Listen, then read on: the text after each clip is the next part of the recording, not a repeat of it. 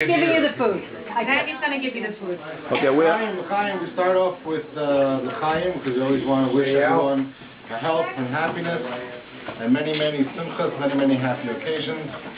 We like to start off, it says, facing the Kosher Shania. We start with the host and hostess. We wish David and Sharon and Dr. Shalida and the other grandmother, whoever you are, we don't really know who you are. Chana Bella.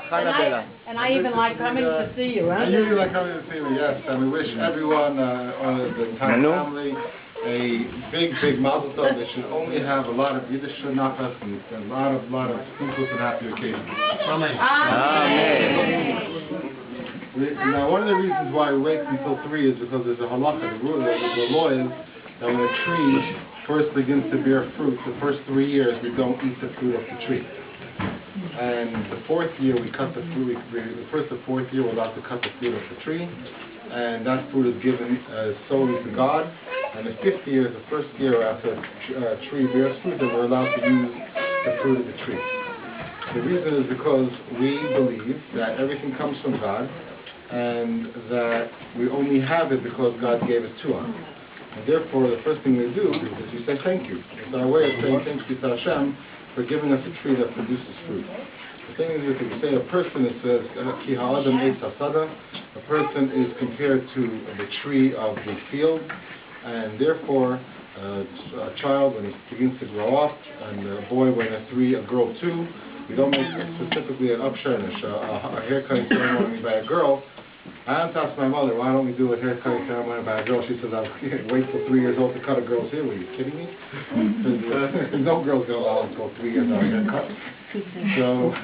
But for a boy, we have specifically a haircut. For a girl, we do every girl, especially by Chabad, begins to light candles, they light Shabbos candles, starting from 3 years old, and it is a sign of education. So what we're doing is, especially by a boy, and a girl, where by a boy, it's not just the point of having a haircut, the point is also that we leave what is known as peyot, we leave the corners of the face.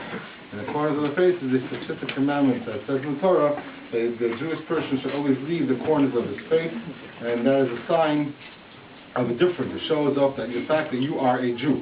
Because it used to be that the non-Jewish people would always specifically cut off the corners of the face, and one of the ways of looking at a Jew, aside from his nose, was looking at the corners of his face. I once stopped the guy in the street and said, "Excuse me, sir, are you Jewish?" He says, "No, do I look at him? What do you see my nose?" I grabbed his nose. "Sorry." Then do I look it? And I said, "No, don't worry about it. Your nose is just fine. Just tell me if you're Jewish or not."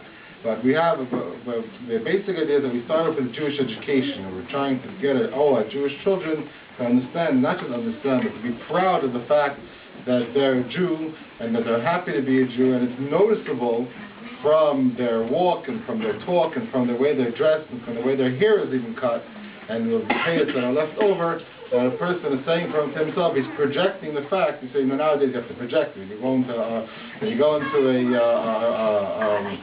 interview, and they say you have to project, keep eye contact. You look at 10,000 different ways how to run an interview. Project confidence, and project this, and let them know that you're ready to do the job. Let them know that you stand for this, let them know you stand for that. Well, a Jewish person, when he walks through the street and he has, and people look at him, people have to see that he projects the confidence that he's Jewish. He projects the fact that he's proud to be Jewish. He projects the fact that he's not afraid to be Jewish. He projects the fact that the Goyim believe, and all the non-Jews believe, that he should be Jewish and he should be proud to be Jewish. And that's what we're trying to have today with giving Raphael and his whole entire family. The fact that from now on, when Raphael walks through the street, he's going to project the fact that he is going to be proud. Today he's a proud 3-year-old, then he'll be a proud 10-year-old, then he'll be a proud bar mitzvah boy, until he becomes a proud father and has his own Jewish children, his own Jewish legacy. And from here on, we're always going to have the fact that the Jewish people are going to be proud and show it off to be proud that they're Jewish. L'chaim, l'chaim, l'chaim. Always and only proud Jewish people. Amen. Amen. I just want to finish with one story. I said by Yiddish bar mitzvah, I had said how the whole story was with a guy going to get a sign for a store, a fish store. And he said how he was going with his friend, and his friend said, "Where are you going?" He said, "I'm going to get a sign for my fish store." So he said, "Why are you getting a sign for your fish store?" He said, "I want people to know where it is." And so he said, "What do you mean?" It says on the fish store, fresh fish, fresh fish sold here. So he says, what do you mean? Were you thinking people are going to look at the sign and think you're stinky fish that's sold here? Of course it's fresh fish. And whenever, it's obviously you're selling it, you're not giving it away. And he slowly knocks away at every word until he says, a fish walks by a store, it smells. They obviously know it's a fish store. And after I said this story, I was thinking to myself, you know what?